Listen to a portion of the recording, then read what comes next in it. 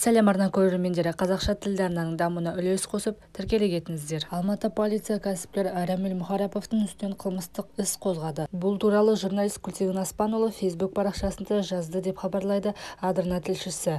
Достар, Рамиль Мұхараповтың мәлімдемесіне қатысты арыз бойынша қылмыстық іс қозғалды. Алматы қаласының экстремизмге қарсы іс-қимыл басқармасы 20 қазанда Қазақстан Республикасы бас прокуратурасы мен Алматы қаласының прокуратурасына түсірген арызыма қылмыстық іс ашқаны жайлы жауап беріпті, деді ол.